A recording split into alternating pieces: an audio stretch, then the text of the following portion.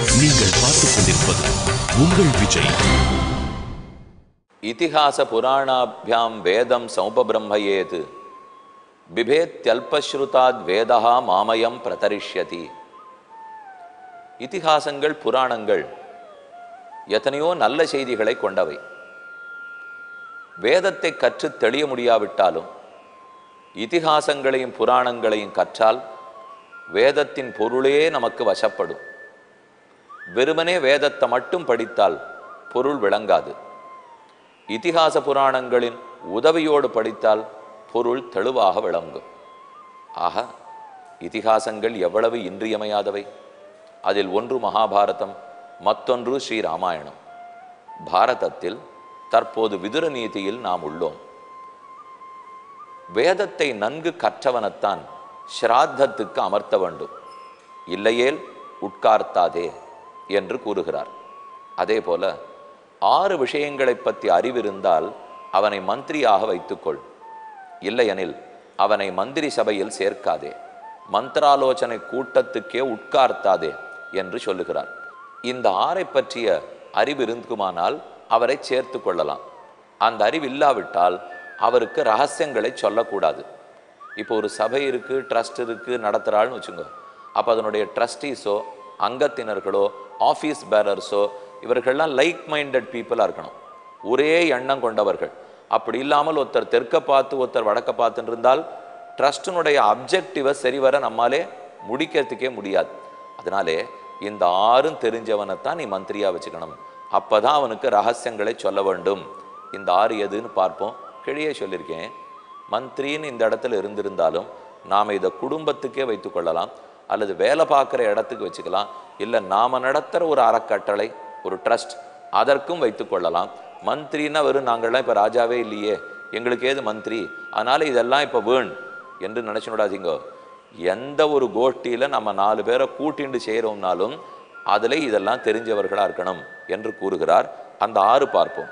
சந்தி, விக்கிரகம், யானம், ஆசனம், துவைதீபாவம், சமாஸ்ரயம் என்கிற 6. சந்தி இணைத்தல்.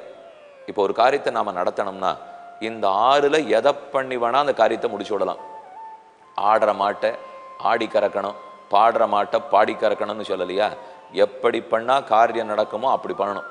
எல்லாத்துக்கும் ஒரே மாதிரி நடத்தின்னு இருக்க முடியாது. ஒருத்தர்கிட்ட சமாதான பேச்சே பேசி முடிச்சுடலாம், நடக்காது. நீர் இப்போ சமாதானத்துக்கு வரல, தடி தான், நடந்தாலும் நடந்து விடலாம். அப்படித்தான் வேலையை முடித்து கொண்டாக வேண்டும். அதில் இப்போ 6 வகை இருக்குங்கிறார். நான் சொன்னதுக்காக இப்போ எல்லாரும் தடி எடுத்து நிற்க வேண்டாம், சொல்லணுங்கிறது புரிய வைக்கிறதுக்காகத்தான் தெரிவித்தேன். 6ல் முதல் சந்தி. சந்தினா இருவரை இணைத்தல், 2 பேருக்கு நட்பு ஏற்படுத்தி ஒரு காரியத்தை முடிச்சுடலாம். அல்லது விக்கிரகம், பிரித்தல், இருவரை பிரித்து ஒரு காரியத்தை முடிக்கலாம். அப்போ சந்தி, விக்கிரகம். இன்னொன்று யானம், ஒரு இடத்துலேருந்து மற்றொரு இடத்துக்கு அழைச்சின்னு போடுறது. யானம்னா பெயர்தல், குடிபெயர்தல். இப்போ இங்கே இருக்கார், உடம்பு சரியில்லை, கொஞ்ச நாள் கொஞ்சம் இடமாற்றம் இருக்கட்டும் சுவாமி, இடத்தை மாற்றி உடம்பு சரியாப்படும், மனசு சரியாப்படுங்கிற பாருங்க. இதுதான் யானம், ஒரு இடத்துலேருந்து மற்றொரு இடத்துக்கு பெயர்ந்து அழைத்து போதல். அப்போ சந்தி, விக்கிரகம், யானம், இணைத்தல், பிரித்தல், பெயர்த்தல். அதுக்கப்புறம் ஆசனம். ஆசனம்னா இருத்தல், ஒருத்தரை சமமாக நினைத்து கொண்டு நம்மோட ஸ்டேட்டஸை அவருக்கும் கொடுத்துடுறது, இல்லை அவர் ஸ்டேட்டஸுக்கு நாம் இறங்கி விடுறது. நமக்கு சமமான ஸ்டேட்டஸை கொடுத்துட்டா சில வம்பெல்லாம் தீர்ந்துபடும். அது இல்லைங்கிறதுனாலேயே வம்பு நடந்துட்டுருக்கோம். இல்லை இந்தாரும் இது இருக்கட்டும், நான் நீர் இனிமேல் சமம் என்று ஒரே ஆசனத்தில் உட்கார்ந்து விடுறோம் பாருங்க, அதனாலேயும் ஒரு காரியம் நடக்கலாம்.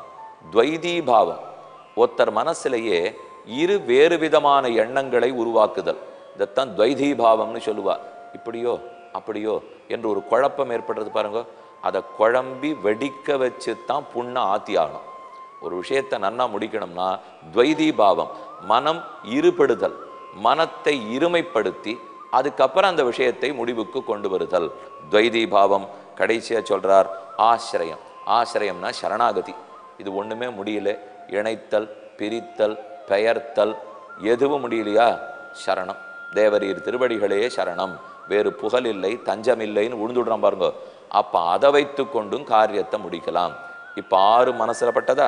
சந்தி, இணைத்தல், விக்கிரகம் பிரித்தல், யானம் பெயர்த்தல், ஆசனம் கூட இருத்தல், துவைதீபாவம் இருமனப்படுத்துதல், சமாசிரயம் சரணாகதி பண்ணுதல். இந்த ஆறும் தெரிஞ்சிருக்கிற மந்திரியா இருக்கணும். இந்த ஆறில் எதை வேணா அவர் உபயோகப்படுத்த தயாராக இருக்கணும். இதில் ஒன்றை உபயோகப்படுத்தி வேலையை முடிச்சிடணும். இப்படி தெரியாதவனை நீ மந்திரி சபையில் வச்சிருந்தியானால் நாம் எதை சொன்னாலும், இப்போ ஒன்று தெரியலேன்னு கூட வச்சுங்களேன், இந்த ஆறுக்குள்ளே ஒன்று தான் அவருக்கு தெரியும், மற்றதெல்லாம் தெரியாது. இணைத்தல் தான் அவருக்கு தெரியும். ரொம்ப நல்ல குணம். இணைத்தல்ங்கிறது நல்லது தான்.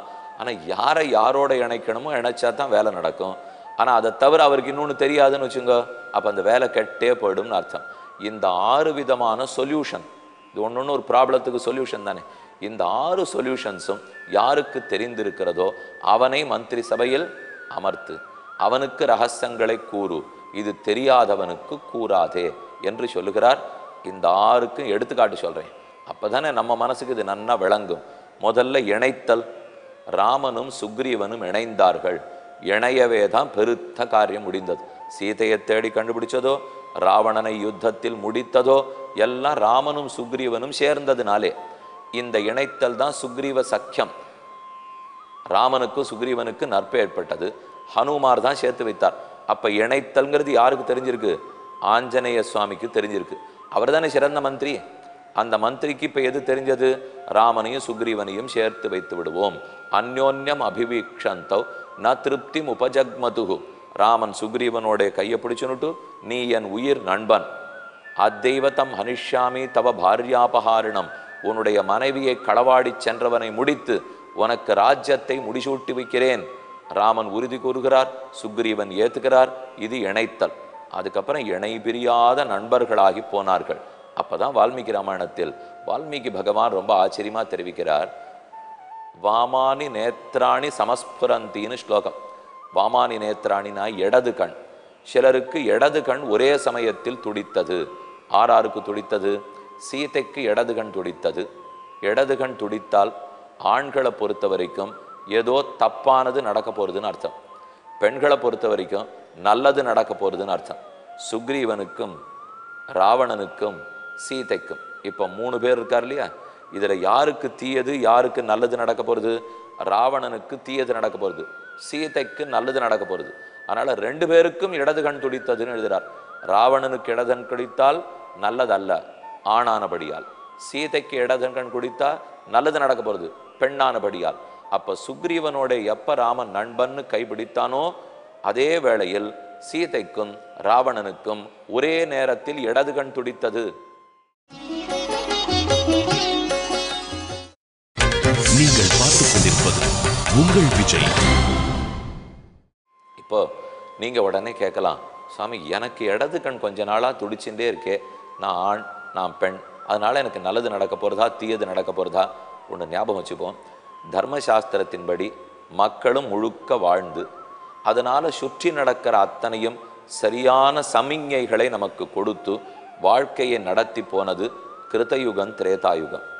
ஆனால் துவாபர யுகம் ஆன பிற்பாடே இதில் இருக்கிற நம்பிக்கை குறைய ஆரம்பித்து விட்டது. ஆக இன்னைக்கு ஏதோ நான் இடது கண்ணில் அடிபட்டுட்டு இடது கண் துடித்ததானால் அதெல்லாத்தையும் நம்பிக்கொண்டிருக்க முடியாது. மேலும் பெருமான் திருவடிகளே சரணம் என்று இருப்பவர்களுக்கு இதை பற்றி கவலைப்பட வேண்டிய தேவையும் இல்லை. என்ன நீங்கள் இதெல்லாம் கேட்டிருப்பீள், சொப்பனம் கண்டேன், இந்த மாதிரி சொப்பனத்துக்கு கனவுக்கு என்ன பயன்? பல்லி சத்தம் போட்டது அல்லது பல்லி என் மேல் விழுந்தது என்ன பயன்? பஞ்சாங்கத்தில் கூட போட்டிருப்பா, பல்லி விழுந்ததன் பயன். காஞ்சிபுரத்துக்கு போனோம்னா பெருமாள் சன்னதிக்கு பக்கத்திலேயே ரொம்ப ஆச்சரியமா பல்லி இருக்கு. அந்த பல்லியை பார்க்கறதுக்கு எத்தனை பேர் வரா தெரியுமோ? அதுக்கு ஒரு ஆச்சரியமான வரலாறு அதன் பின்னணியில் இருக்கிறது. அது திவ்வதேசத்தோட சேர்ந்த வரலாறு, அது உயர்ந்தது. இப்போ அதை பற்றி அப்படின்னு சொல்ல வரல.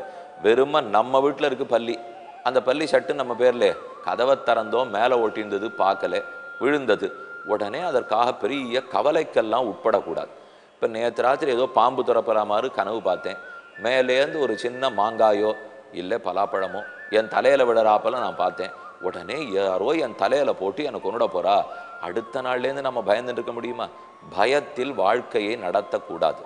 தைரியமாகத்தான் வாழ்க்கையை நடத்தி ஆகணும். எதற்காக சொல்ல வந்தேன்? இப்போ சுக்ரீவன் அவனோட ராமன் தோழன்னு சொன்னவுடன் சீதைக்கும் ராவணனுக்கும் இடது கண் துடித்தது. அப்ப சீதைக்கு நல்லது நடக்க போறது, அவளை கண்டுபிடித்து ராமனிடத்தில் அழைத்து போக போகிறார்கள் கருத்து. ராவணனுக்கு தீயது நடக்க போறது, அரசையும் இழந்து உயிரையும் இழக்கப் போகிறான் கருத்து. அப்ப இப்ப அதெல்லாம் நம்ப வேண்டாமண்ணா. இப்படி யோசிங்களேன், கிருத்தயுகம் திரேதாயுகம் துவாபர யுகம் வரைக்கும் பகவான் நேர உருவத்தோட வந்து எல்லாரோடையும் பேசியிருக்கார். கலியுகத்தில் இப்ப நமக்கு அந்த பாக்கியம் இல்லை.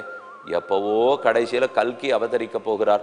அதுவும் அவர் வந்த உடனே பெருங்கத்தியை வைத்துக்கொண்டு தீயவர்களை முடித்து நல்லவர்களை புனக ஸ்தாபனம் பண்ண போகிறார். இவ்வளவுதான் நடக்க போறது. அப்ப முதல் 3 யுகத்துல தான் தர்மம் நன்கு வளர்ந்து பெருமானும் பேசும் தெய்வமாக நம்மோடு வருவார். 4வது யுகத்தில் விக்கிரக ரூபத்தில் கோயில்களில் தான் சேவித்துக் கொள்கிறோம். அது மிகச்சிறந்தது, அதில் குறவில்லை. ஆனா அதுதான் இந்த யுகத்துக்குன்னு. அதனாலே அபசகுனங்கள் துர்நிமித்தங்கள் அதெல்லாம் இப்போதும் உண்டு. ஆனா அதையத்தனையும் பார்த்து தெரிந்து கொள்ளுகிற அளவுக்கு நமக்கு இப்போ ஆச்சாரமோ அனுஷ்டானமோ இல்லை. ஏன் அவ்வளவு தூரம்? கிராமத்து பக்கம் போங்கோ, இப்பவும் நடக்கிறதுன்னு நினைக்கிறேன். கண்டிப்பா 10-20 வருஷத்துக்கு முன்னாடி போயிருந்தா கூட சூரியனை பார்த்து மணி சொல்லிட்டு இருக்கு இல்லையா? கிராமத்து பக்கம் எல்லாரும் என்ன வாட்சா வச்சிருந்தார்கள். இப்பன்னா மொத்த பேருக்கும் கடிகாரம். ஆகாயத்தை பாப்பா, தெற்க போங்கோ கிழக்க போங்கோ. இப்பவும் கிராமத்து பக்கம் தெற்கால போங்கோ கிழக்கால போங்கோ, நாமெல்லாம் லெஃப்ட் ரைட் நேரேன்னுவோம். அப்படிலாம் கிராமத்தில் சொல்ல மாட்டான். நமக்கு அதை கேட்ட உடனே காரில் போயிட்டே இருக்கிறச்சே கிராமத்தில் எங்கேயானு ஊருக்கு போகணுன்னு வழி கேட்போம்.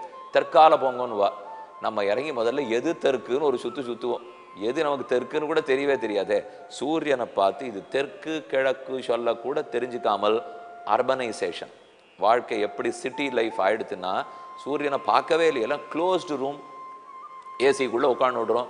அப்போ சூரியன் என்ன பண்ணுறாருனே தெரியாது, சந்திரன் எத்தனை மணிக்கு உதிக்கிறாருனே தெரியாது. ஏன் சொல்ல வந்தேன், அப்போ இப்போ கூட கிராமத்தில் இருக்கிறவாளால் சூரியனை பார்த்து மணி சொல்ல முடியாது, ஆனால் நம்மால் முடியலை. அப்போ அது என்ன தப்பான்னா? சரிதான், ஆனால் நம்மால் இயலவில்லை. அதே போல் இடது கண் துடித்தது வலது கண் துடித்தது இதெல்லாத்தையும் வச்சுன்னு அந்த காலத்தில் பலன் கூற முடிந்தது. ஆனால் இன்று அப்படி கூற முடியவில்லைங்கிறதுக்காக தெரிவித்தேன். அதுக்காக பயப்பட வேண்டிய தேவையில்லை.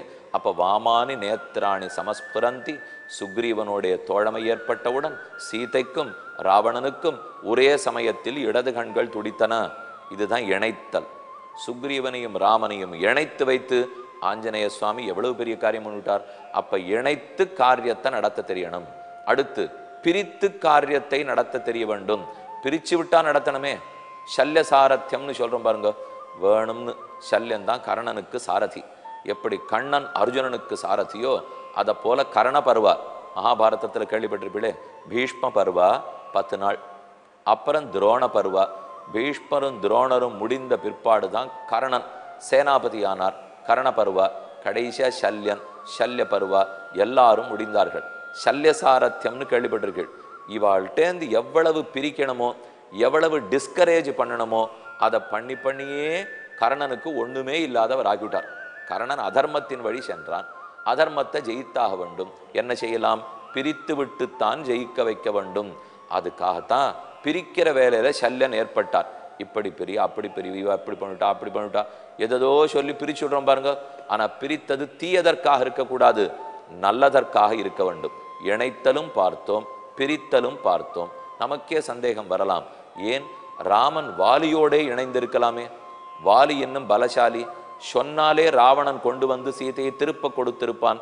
ஒண்ணுமே இல்லாமல் அரசிழந்திருக்கிற சுக்ரீவனோடா தோழமை சொல்லலாம். ஆனா எதுக்காக ராமன் அதை ஏற்றுனுட்டார் தெரியுமா? எனக்கு ராவணன் இப்போதைக்கு பகைவன், பகைவனுக்கு ஒருத்தன் நண்பனானால் அவனும் பகைவன். ராவணனுக்கு நண்பன் வாலி, அப்ப அவன் பகைவனா தான் முடியும்.